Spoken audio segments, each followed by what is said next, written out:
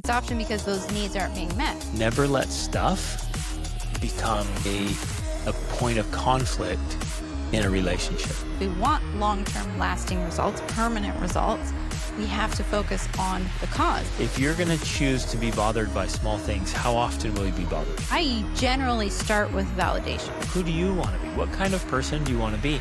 Ladies and gentlemen, welcome to the Extraordinary Family Life Podcast. We're your host, Greg and Rachel Denning. We're trying to take all that we've learned with working with thousands of families across all kinds of continents and give you the stuff that just works. We are trying to get more specific with some of the actual details, like on the day-to-day. What does this look like? How does this feel? What do I say? And so especially today, that's something we're going to go through. We're literally going to give you scripts for one of the biggest problems that parents complain to us about. So even as we talk about these things, we want to continue to remind you, as we often do, because that's what we focus on, is that we cannot only give attention to symptom management, especially if we want long-term lasting results, permanent results. We have to focus on the cause, the underlying causes, and on healing wounds or fixing broken bones instead of just putting Band-Aids on things, right, or giving some medication that you're like, well, that's great. It might be a temporary fix, but it's not a long-term solution. Yes, we're going to give you some ways to handle specific situations, but the goal always is let's get rid of the infection. Exactly. Let's really heal the issues, because then that's when you get to a place where we are now, where most of the time we're not dealing with the symptoms because we're all healthy. We're all mentally, emotionally strong. So there's very little conflict. There's very little, if no fighting. It's a good place to be because as a family, we feel happy every single day. We feel connected every single day. There's not the irritations, frustrations, annoyances of many in family life. And so it's fun. It's exciting. It's wonderful. It's like you love being with your family because it's a good place to be where you actually feel good with each other. Okay, let's get into some of them. First one, she took my toy. Or they're playing a game and they're fighting over who's winning, who's losing the toy. It's escalating. Let's do stuff in space first. You touched my thing, you took my toy, and this goes from toddlers to teens. Right. Like, oh, you touched my shirt, or you moved my thing, or possession. You picked up my Legos, or you touched stuff on my bed. Playing with my volleyball. I didn't say you could play with my volleyball. Why are you touching my stuff? Right. And naturally, humans are very possessive, and it starts with kids. Like, this is mine. And they want to hold on to things, and they want to control things, and they want to have space. And it's the desire we have to have some control and to have possession, right?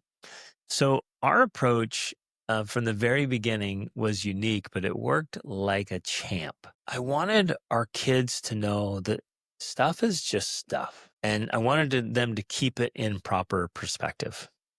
That if we lose it all, it's still just stuff. And in fact, when our kids were young, we did lose everything financially. Right. And we lived minimalists. And we're like, okay, we came down to full on minimalism. And it was a really great learning, really great experience for all of us. And it taught us like, okay, so, you have all the material things, the stuff and things, whatever. It's just stuff. Like the things that really matter is the relationship, the love, the health, the, good mental, emotional health, spiritual health, our family. Those are all the things that matter the most. Stuff is just stuff. It can be replaced. Never let stuff become a point of conflict in a relationship. Right.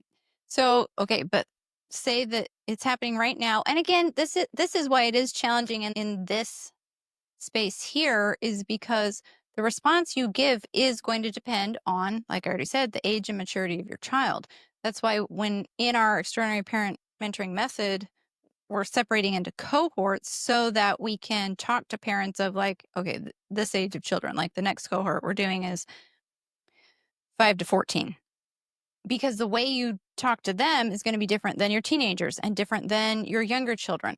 But let's have a scenario. Let's say it's like a 5 and 8-year-old was one of the things we received. Okay. What would you specifically say in that situation? I'm going to touch like, hey, come here for a second. And they're real fired up, right? They're emotional, like, no, but he touched he broke the thing I was just building. And I'm like, oh, that's tough. So I'm not dismissing their feelings either. I'm like, yeah, that's really You're validating feelings. It's like, he did. That's what little boys do, and they break those things. Okay, come here. And so we talk through it, and I want to put it in perspective. Very often, this is what I did, and man, it would work. So again, use it tactfully. I'd be like, guys, if this is causing fighting, if this toy right here, say it's a stuffed animal, but I want it, and just no, it's my turn. I'm like, this is not near as important as the two of you, and I love you both. So what I'm gonna do is I'm gonna take this stuffed animal and I'm just gonna get rid of it. It's gone. Because and again, I'm soft, I'm gentle. Also. It's playful. I'm like, I never want you guys to fight. Your kids already know your personality, that you would tease them like that. Well, I'm playful, but then I would do things. I'm like, it's not worth it, you guys. If this is going to be a source of fighting, we're just better off without it.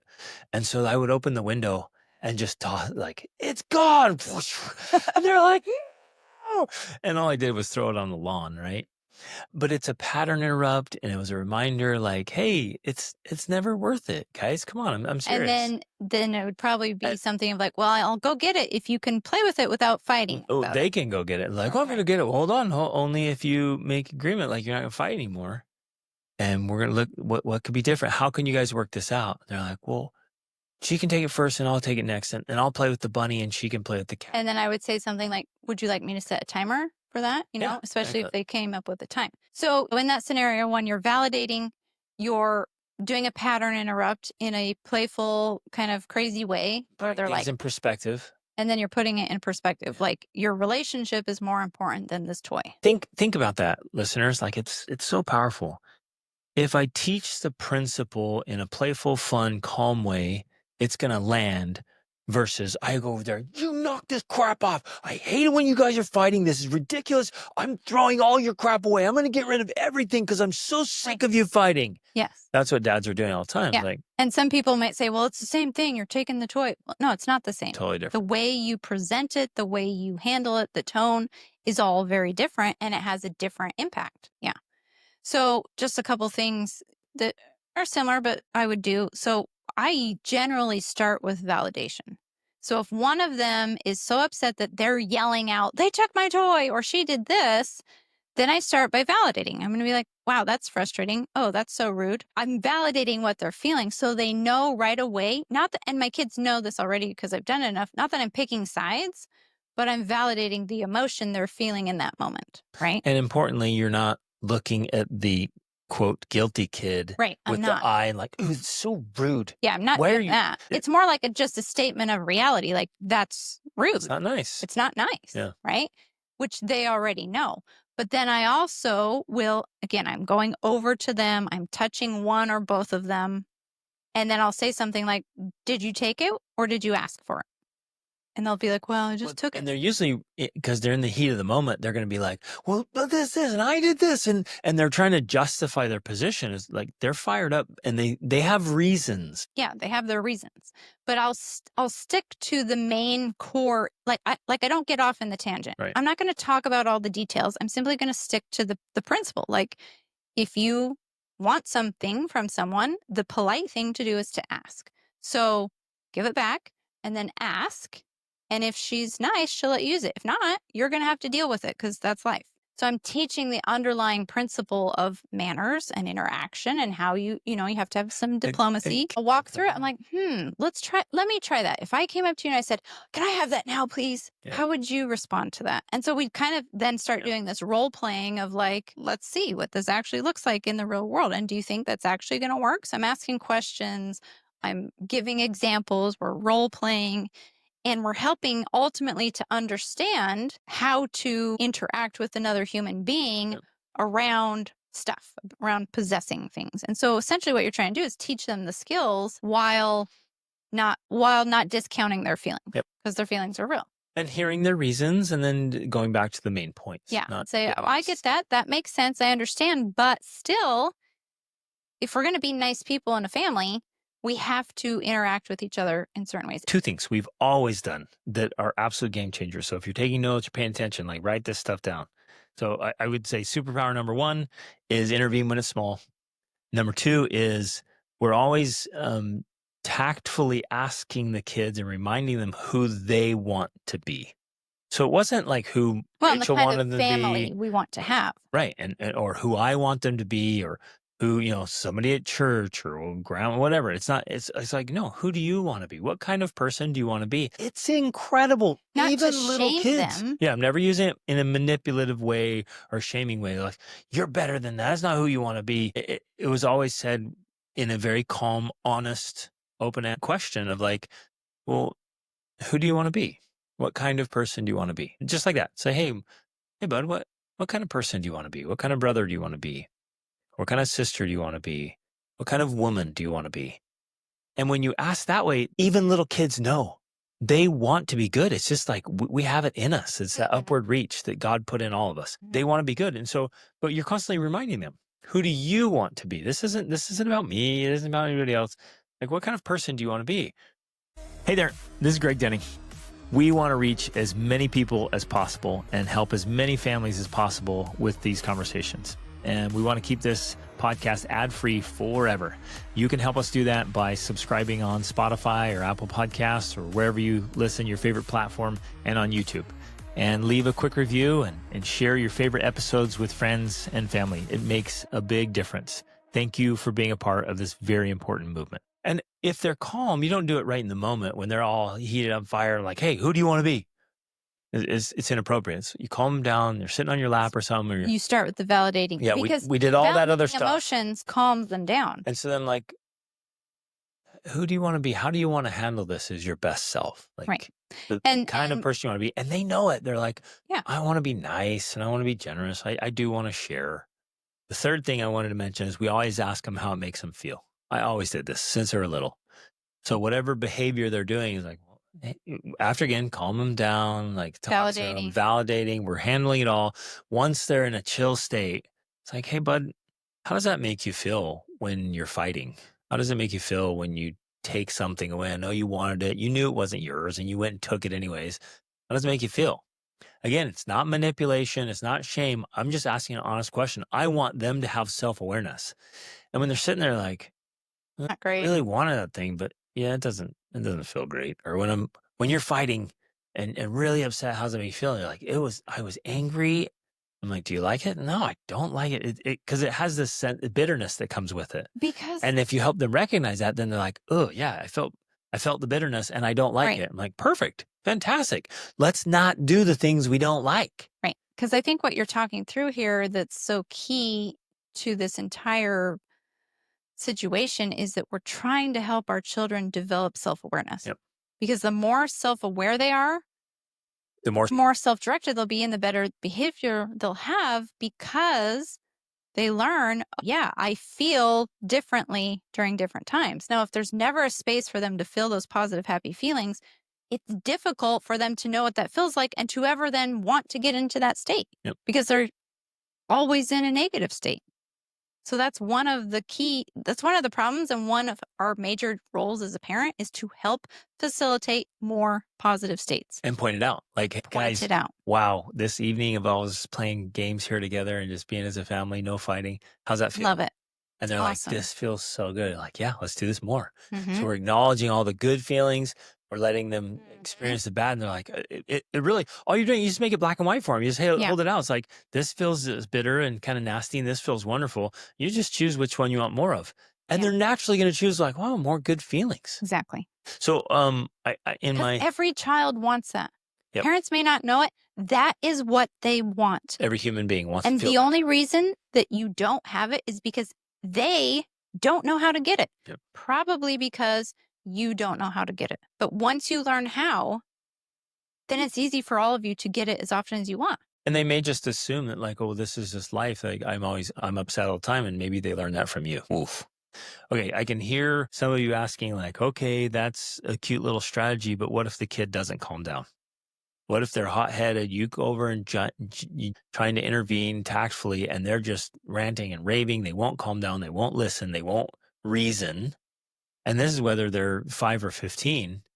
So then what? What do we do if they're escalated and they won't respond to reason? That's when I'll say to them like, hey, you need you need to calm down here. Take a breath, calm down.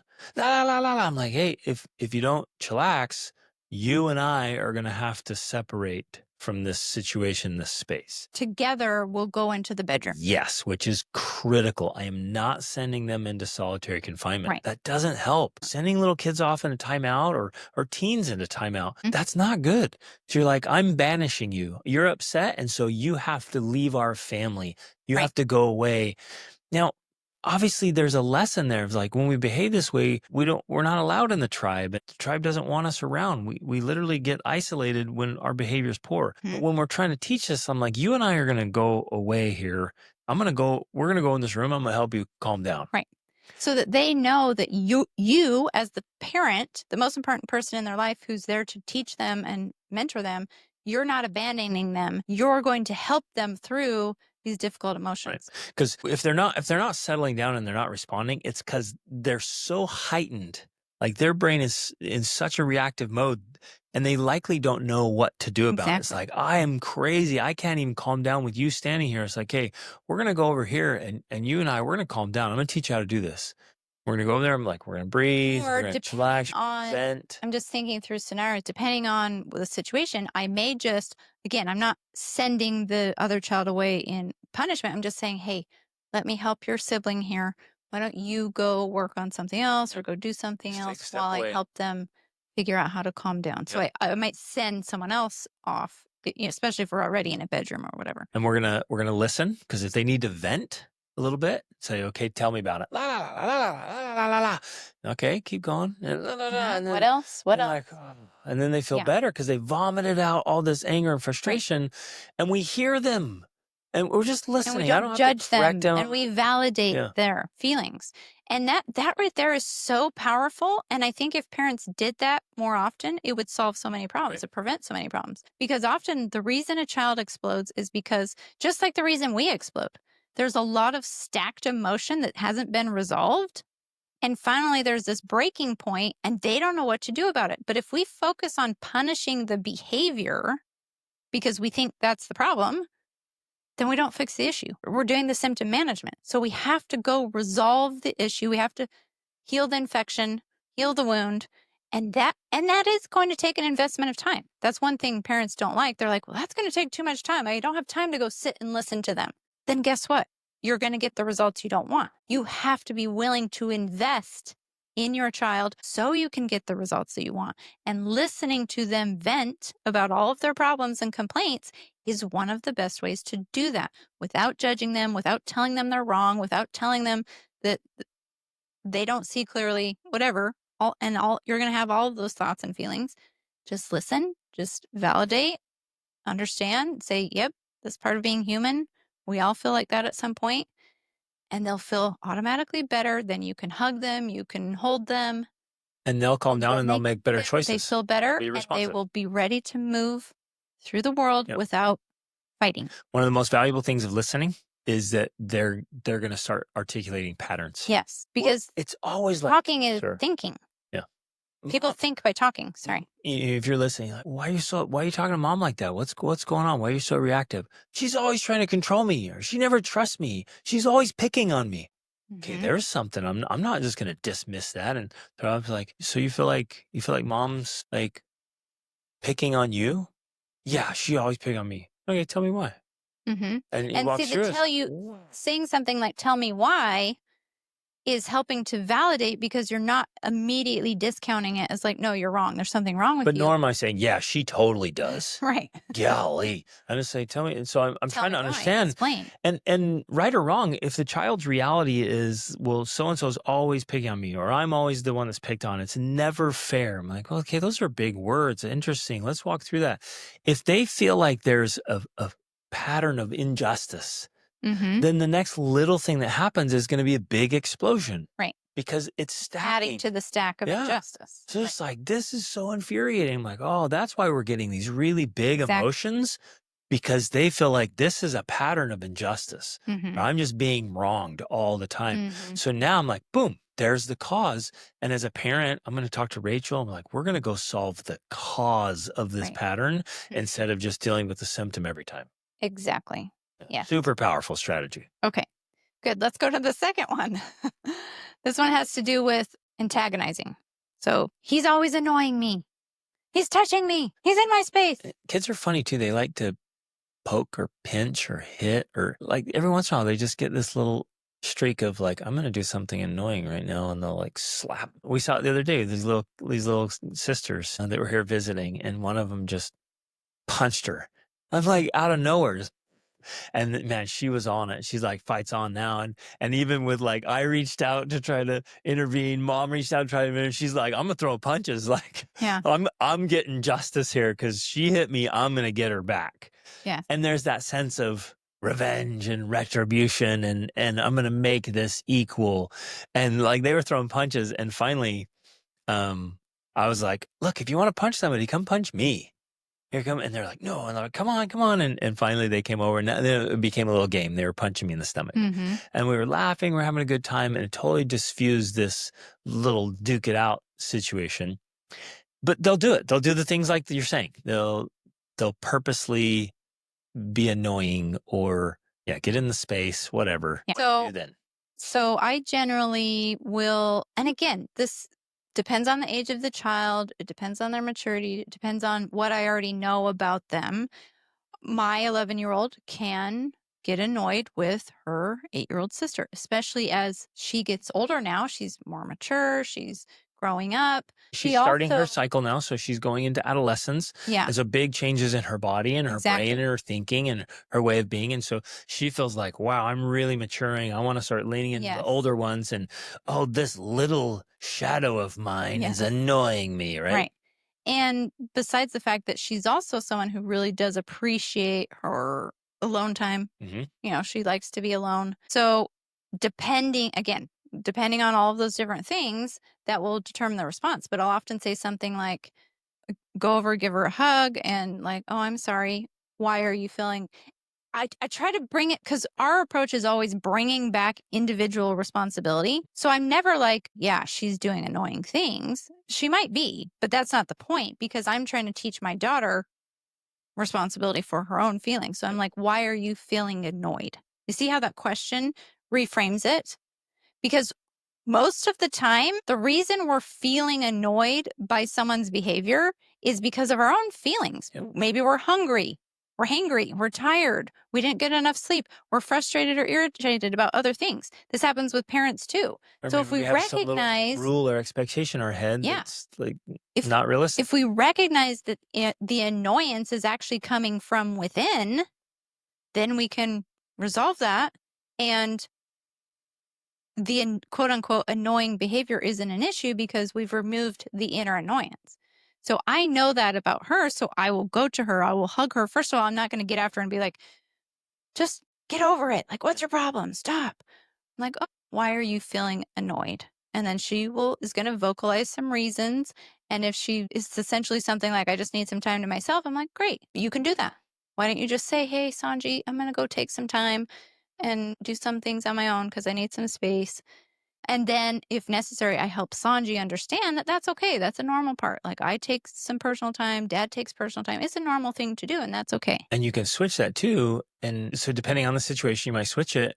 And you'll talk to our 11-year-old and say, do you remember what it's like when you're 8 and you just want to play? And it's the coolest thing in the world to play. And you just wanted to play with your older siblings. Like it was just play. Please play with me. And you hated being alone. That's like, it means the world to her when you play with her. Do you think you can go play with her for 10 minutes and then have some alone time? And she's like, oh yeah. So you're giving them or even tell her, I'll use that approach and remind her of, again, how much we do love being a family. And she said before, like, oh, it'd be so sad to be a only child. So I remind her of those things while still validating her own personal desires, which are valid. Yep. So I might say, okay, but if you do that after you go take your alone time, can you then play with her later? Right. So it's either before or after, but I give her the option.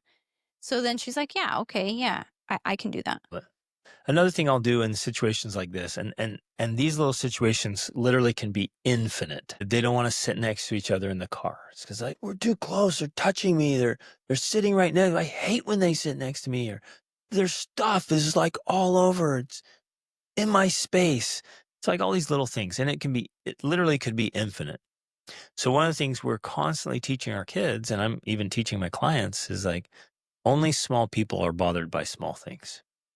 And I'll teach these lessons. We'll have it in, our family devotion. I'll teach it. But even in the moment, I'm like, and I'll kind of chuckle. I'm like, hold on. Did you hear what you just said? Yeah. It's so annoying. I'm like, wait, you're bothered because there's something right there next to you? Yeah. It's so annoying. I'm like, hold up. I'm like, let's get a little bit of perspective here. That it's important to emphasize what you're talking about, that we preempt certain scenarios, or perhaps it's a scenario that's occurred before. And so we have a special discussion about it as a family, not with pointing fingers, but like, hey, here's the thing. Small people get annoyed by small things. And Then it becomes a thing that we've already said. Yep. And so then when you say it in the moment, they don't take it personally because they're like, oh, we talked yeah, about that. we talk about that all the time. So, Yeah. and it's not like you just do this one-off random, we got to have a family meeting and we're going to talk, I'm not pointing it out, but it's like, they see right through your little Right. act. But we're constantly teaching principles, and this is one of them. So then I'll point out, I'm like, are you really going to choose to be bothered by that? Is that like, how does that make you feel? Is that the best self? Again, we're teaching the same principles, but I'm like, you're really going to be bothered that somebody has to sit next to you? I'm like, come on, like and again, here's the big principle we're constantly teaching. If you're going to choose to be bothered by small things, how often will you be bothered? And even a kid will get that, will be like, all the time. Like, yeah, you'll be upset all day, every day because something's stupid. Wouldn't it be better if you just decided not to be bothered by small things?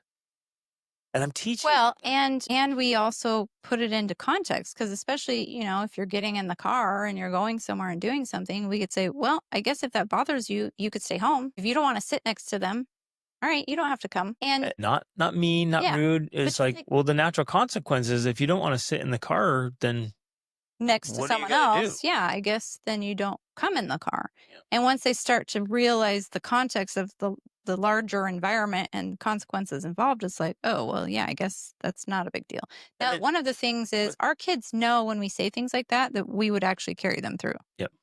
If they decided they were going to stay and they were too young, I'd be like, well, I guess I'm staying with you, because you don't want to be bothered by sitting next to your sibling. And so they're all going to the beach or the water park, or they're going to do something awesome, but you don't want to sit. So, okay, I guess we miss out. And the reason why we are willing to make those kinds of sacrifices is because we realize in the end, we're raising children, and natural consequences are the best ones to give. So I have literally missed out on things so that our children learn the lesson that they chose because they didn't want to endure the small annoyance or whatever. Same. I've done the same. Yeah. And make sure that the consequence is natural. When we come up with arbitrary, weird, disconnected things, they just are resentful. They do not learn the lesson. They just get mad that you took away something that was totally unrelated. But if the consequence is natural, it's the lessons built in. Yeah. Oh yeah, I didn't get to do that because I was acting annoying, or I was choosing to be bothered by something insignificant. Yeah. It's a privilege to have your siblings. It's a privilege to be in a family. These are good things, but they naturally come with irritations, annoyances, frustrations, like, because that's life. And so we have to learn to weigh those and be like, oh, yeah, actually, I would choose this. Another thing that I forgot to mention that fits with both of these is whenever they got possessive, like, she keeps getting on my bed. I'm like, well, I'm sorry, did you buy that bed? I must have missed that. Did you go with mom and buy a bed? Like, no. I'm like, oh, who bought it?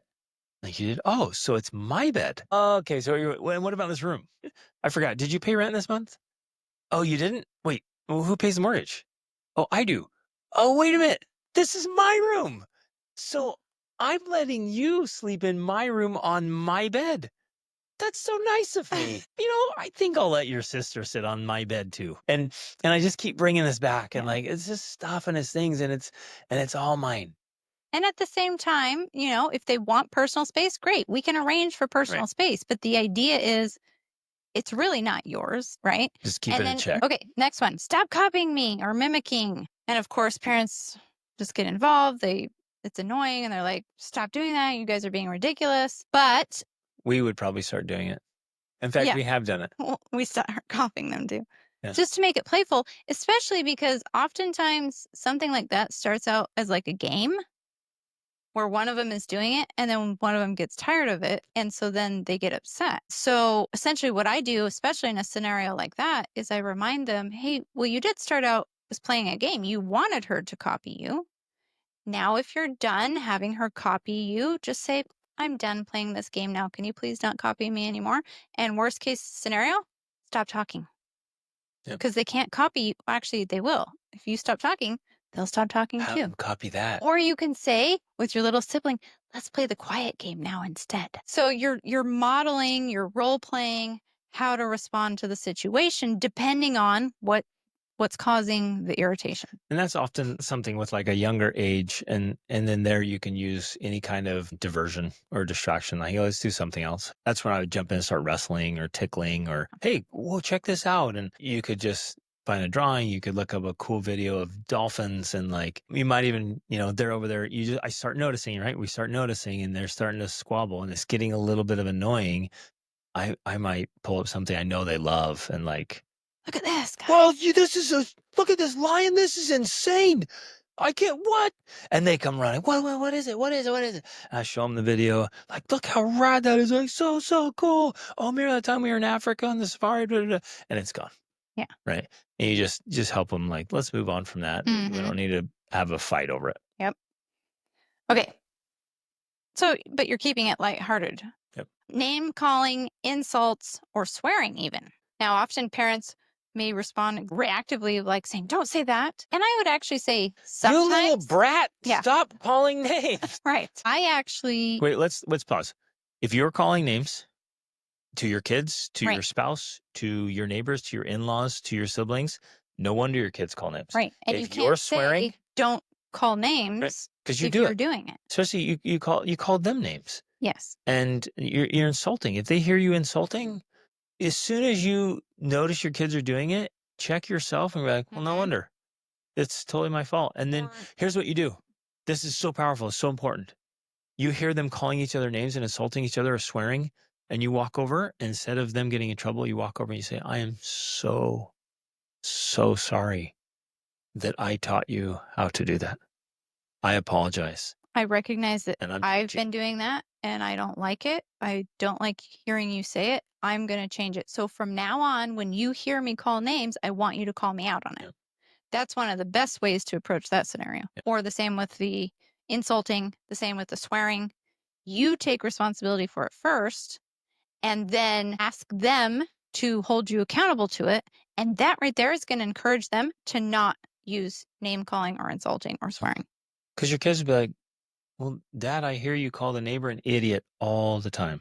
And it's like, well, yeah, but I don't want you But they are calling an your idiot. child that. Yeah. Well, it's because he is an idiot. It's like, well, my little brother's an idiot. No. And so then you're in the weeds there trying to tell him it's not the same, whatever. It's like, no, you lost, man. Just don't do it.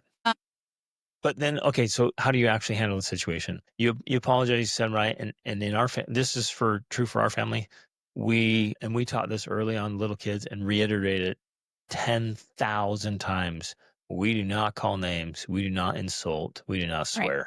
And so I actually, and that's where I started with, because we weren't doing that or we stopped doing that early on, when I do hear my children do something like that, first of all, I'm wondering where they got it from, because they didn't get it from us. They got it from movies. They got it from other people. Some little snarky cartoon they watched. Yeah. And so I often respond in a sort of reactive way, but it's intentionally reactive, where I'm kind of like, oh, where did you hear that? So that they know, especially because I don't often do something like that, they know, oh, wow, I just said or did something that shocked mom. And that gets their attention. And then I'll say something like, well, that's actually a swear word. I don't want you saying that anymore, please. So I don't shame them, but I have this shocked response so that they are aware, they pay attention. And then I teach them the principle. We don't talk like that to people because that's not nice or appropriate. Or even ask, like, does that sound like a gentleman, or does it sound like a lady? Well, and depending on their classy? age, they may not know, because generally, at least in my situation, it happens when they're younger and they don't know. They're just experimenting. Right. They heard something and they're going to try saying the word or Yeah. repeating it. So they don't necessarily know. Now, if they get older, But you're and still I'm still teaching. Even at a young age, they may not comprehend like what I'm saying, So but we're you talking might about, say something like, hey, princesses don't talk like yeah, that, we're or ladies classy. don't talk like Yeah, that. no, we want to be gentlemen and Yeah, ladies. so you would be teaching the idea Yep. and trying to cement that in their Yep. brain that way. Exactly. And with the older ones for sure, like, hey guys, we're classy. Yeah. We're, even if people mistreat us, even if they insult us, like we're gonna walk the higher way because that's who we want to be. We want to be dignified. We want to be classy. Now we can just stand up for ourselves, we can defend ourselves, but at never at any point do we want to lower ourselves to some pathetic behavior. Yes, and because we have taken that approach early on with our kids, we don't have a problem with them insulting, name calling, or swearing even as teenagers. Yep, none of So, it. yeah. It's non-existent because we taught it so effectively, and we teach it through stories. We teach it through examples. We're just asking questions like, who are your heroes? Who are the people you admire? We're reading great books together all the time. And hey, remember so and so? Did you ever notice was she swearing and speaking about filthy things? And none of it. It's like no. And every once in a while, when the kids were little, if like they were talking about, we called it toilet talks. Like, hey, bro, you want some toilet talk? Go talk to the toilet. Like, we're not doing that here. Like, Yeah. seriously, go. And they're like, oh, and they're like, no, I'm dead serious. Like, go talk to the toilet if you want to do toilet talk. And otherwise, be classy. Right. And this is something that we are this is one of the things that we're pretty firm on. Like, we hold a very high standard with this, especially the name calling and insulting. I mean, the swearing too. You know, I am actually guilty of swearing more than anyone else in the family. But for the standard rule, the swearing and then the name calling and the insulting, like, it's a hard, fast rule. So we don't allow any of the name calling. And so because Like, none. none at all, because in general, our overall approach is so loving, warm, open. We have a lot of freedom within boundaries in our family. Our children make a lot of their own choices. But when it comes to something like that, we are firm. We are, if you ever describe us as being harsh, that's probably when we're going to be harsh, because we want them to know we are very serious about not insulting and calling names. Because when you fix that, that's one of those underlying behaviors that fixes a whole lot of problems. Yep. So if you can eliminate name calling and insulting from your family, of course, starting with yourself, you're going to improve overall behavior in general. Like, 100%. children are going to be nicer to each other just because they don't call names or insult each other. Yep. So to me, it's a big deal. It's a big domino. Yeah. That one starts moving things in the right direction. That's really exactly. Good. Okay, next, number 5. The older sibling snaps at the younger sibling. You know where they learned how to do that? From the parents, obviously. Yeah. Yeah. So stop snapping, parents. Because if you're snapping at your children, then as your children grow older, they think, well, this is how you treat children. Yep. You snap at them. Same with criticism. So do. if you criticize the older ones, what are the older ones going to do? They're going to criticize the younger ones. Yeah. I know you probably think that we blame everything on you, the parent, but that's because we do. That's because we do. And the reason we do is because we have learned firsthand from experience that if there are problems in our family, we, the adults, are at fault. It's our fault. It started because you started the family and the problem started with you. Yes. So when you recognize that, it's actually very freeing. People avoid it because they think it's condemning or shaming or makes them feel guilty. But when you accept that, it's actually freeing because then you realize you have the responsibility, which means you have the power to change it. Yep. And when you have that power, it's empowering. So it's a good thing to know that it's your fault. Okay. And there's going to be times when you have to remind the older kids that they're not the parent that you are. You're like, oh, I got this. So I'll say something like that. If they're getting after their sibling, I'll say, hey, I'm the mom. Let me be the mom. Something like that. Or I will say, hey, you're older, which means you have the responsibility to take care of your younger siblings, not to XYZ. And to be kinder, to be more mature. Because you're older. If you want to help correct a behavior, do it with real maturity. Yeah. Do it like here's your a way best self. You could do it better. And so again, I go into the role playing now as them being the older thing. And I will also teach my older children the principle of what I'll call the emotional bank account. I can ask their siblings and them to do things that they can't ask them to do because I have a bigger emotional bank account with them. I, of course, gave birth to them, I raised them, but I'm constantly depositing into their emotional bank account every day with hugs and cuddles and love. So when I ask them something or I get after them, that's a withdrawal from that account, but I have enough capital in the account to make that withdrawal. Where the sibling is going to have less capital simply by the nature of being the sibling rather than the parent. And so they don't have as much capital to make withdrawals with. And so I have to tell them, you need to make more deposits if you want to be able to make those types of withdrawals. In some situations, the siblings might have more capital than parents do. Yeah, So parents, true. if you're not making big investments Mhm. in your deposits, like your kids might listen to each other more than they listen to you, and it's because of that account. Yeah. The other thing, I want to make it personal with the older child. If they're snapping, I want to just go talk to them about it, teach them the principle, and say, might bring something like, "Hey, you remember the other day when you broke that thing of mine? You remember how I handled it?" And like, yeah, you just came over, gave me a hug, told me it was okay, and asked me to help fix it. I'm like, boom. What if I'd come over and snapped and yelled at you and insulted you and called you names? How would that have made you feel? I'm like, oh, yeah, I was so glad you were so nice about it that you didn't overreact. And yeah, so let's do the same with your younger siblings. When they make mistakes, when they do things, let's Mhm. just treat them with kindness because you feel better and they feel better. Yeah, exactly. Good. Okay. Number 6, fighting over fairness. Yeah, It's not fair.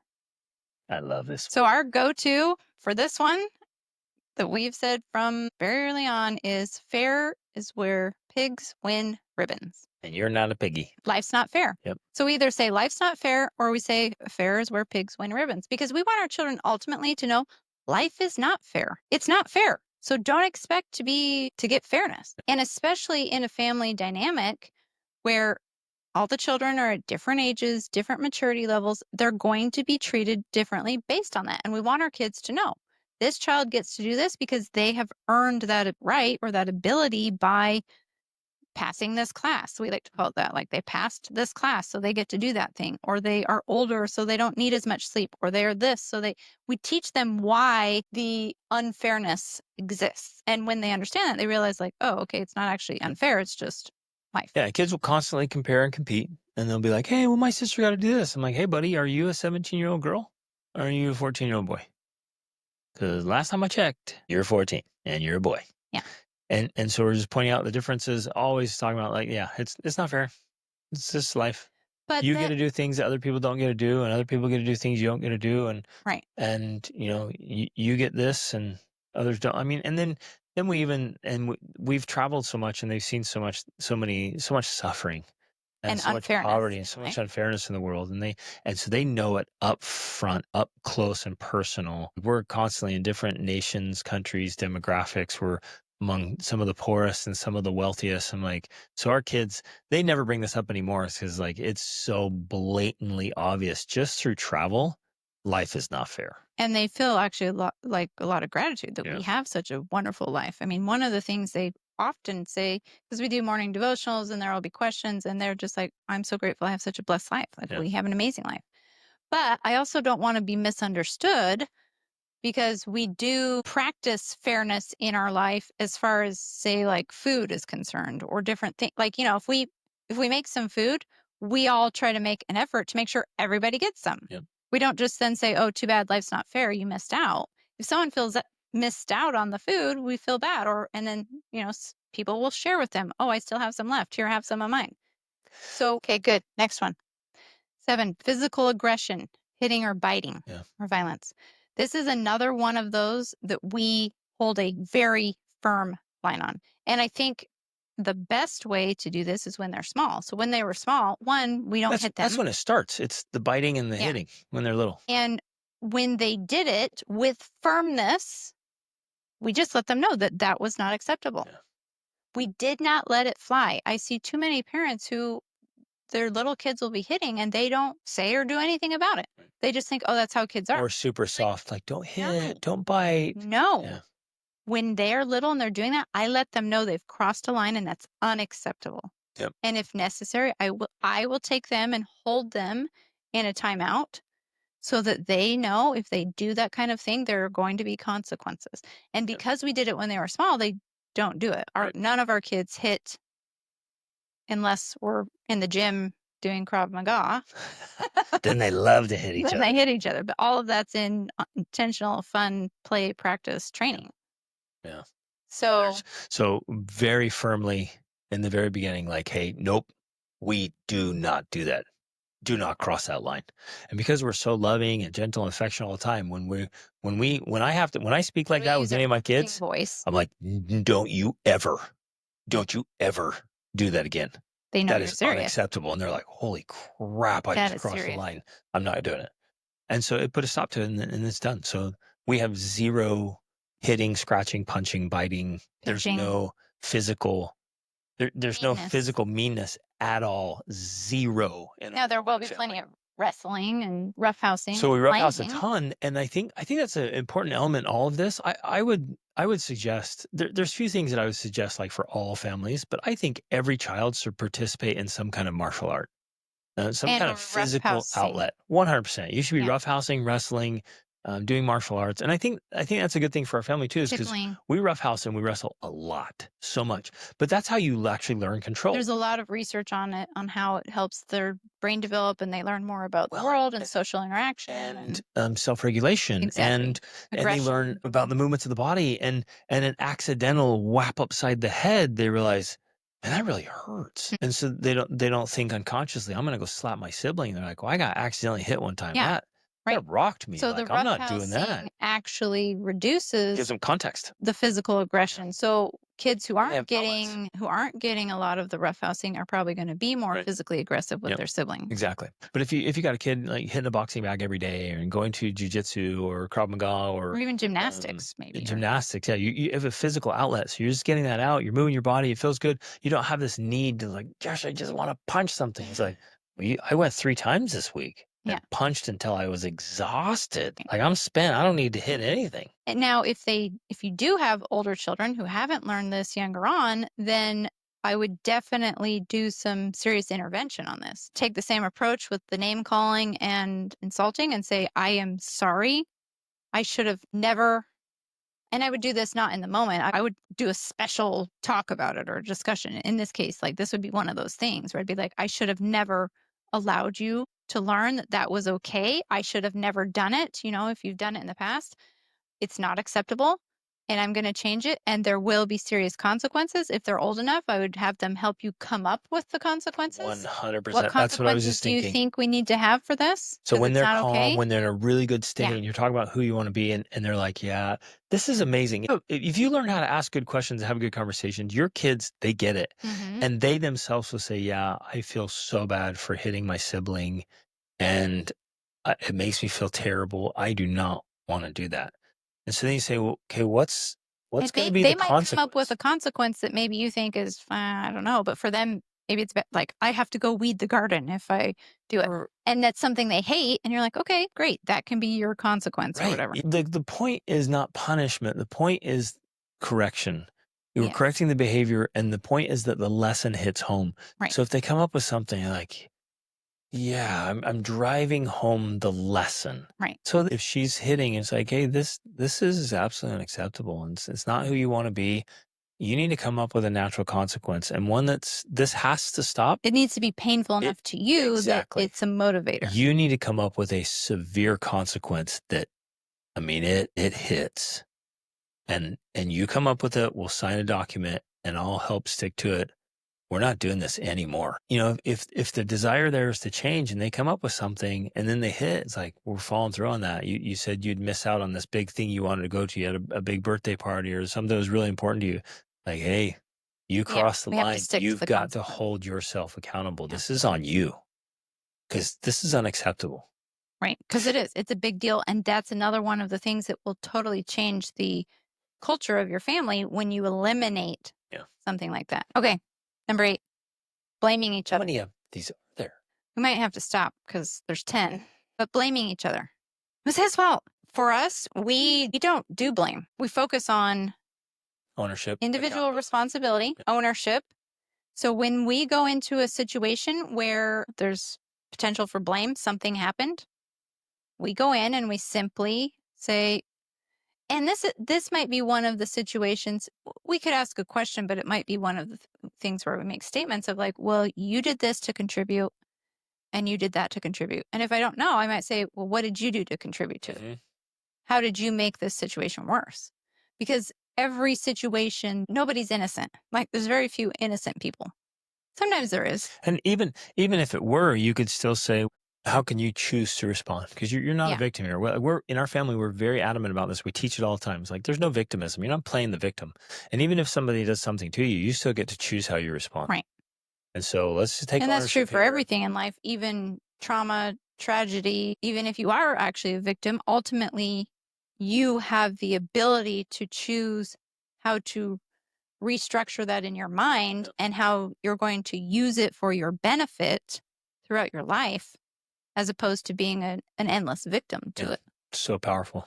Okay, jealousy and competition. And in something like this, I often feel the underlying cause is some type of attachment issue, perhaps, where, especially if there's competition for the parents or competition for things in the family or attention, it's often because those needs aren't being met. But if those needs are met, then The, they feel secure. yeah, the need to There's not a compete need to goes compete. away. It's like I don't have to be jealous or competitive Yeah, because my parents give me all the attention I want. I have a sense right. of significance. I do my thing and I do it well and my parents And I get notice. recognized for it, and I Yeah. don't have to be like my sibling Right. because that's fine. Like he plays the guitar and I sing and the other one Hmm.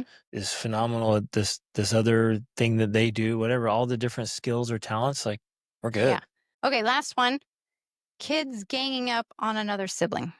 And so if this is a situation or an issue in your family, I would do something similar to the hitting and aggression by having a meeting about it, discussing consequences, talking about how, apologizing for not teaching this sooner, for contributing to this, and just saying, moving forward, there's going to be real consequences about this. We're going to stick to this. Because that's another one of those hard boundaries that's going to make a huge difference in the culture of your family.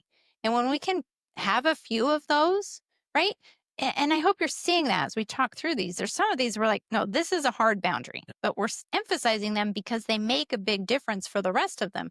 And some of them, yeah, they're going to happen. It's going to come up. They're going to be the squabbles and things in there. You address them in the moment. It doesn't have to be a huge deal. You role model, you give them examples of how to do it. But on some of these things, it's like, no, this does not happen. At all. It's not acceptable. Hard line. And when you hold that standard and model that standard, the whole dynamic in the family just shifts. And it's so much easier to have peace and connection and warmth and love and joy because essentially it's built on a foundation of mutual love and respect. Yeah. So if this were happening in my family, I would spend some time thinking about it, coming up with stories and examples, and then I would teach it to the whole family in a way that they got it. Like they felt Maybe it some movies, so powerfully. There's some great movies out books. there, great books, great stories. So I'm going to come up with stories and quotes and examples that they all can relate to, that each child would be like, yeah, my hero would never do that. Or I don't know, like, who's your favorite character in your books or your movies? And have every one of them pick one. And like, would they do this? It's like, no, they would do the opposite. They would stand up for him. They would fight for him. I'm like, that's amazing. That's what needs to happen in our family. That's the caliber of people we're going to be. We don't do that crap. Now, it's been happening in our family, so it needs to stop. Let's come up with a consequence. And just off the top of my head here, a fun consequence for everybody would be just buy a can of super hot peppers. And any kid who does that, gets in, participate in that, they have to take a bite of it. And so everyone's around and like cheering them on, right? So it's not like this horrible thing. You're not putting the scarlet letter on your kid and banishment's like, hey, you did it. And we all agreed. So better take a pepper. Yeah.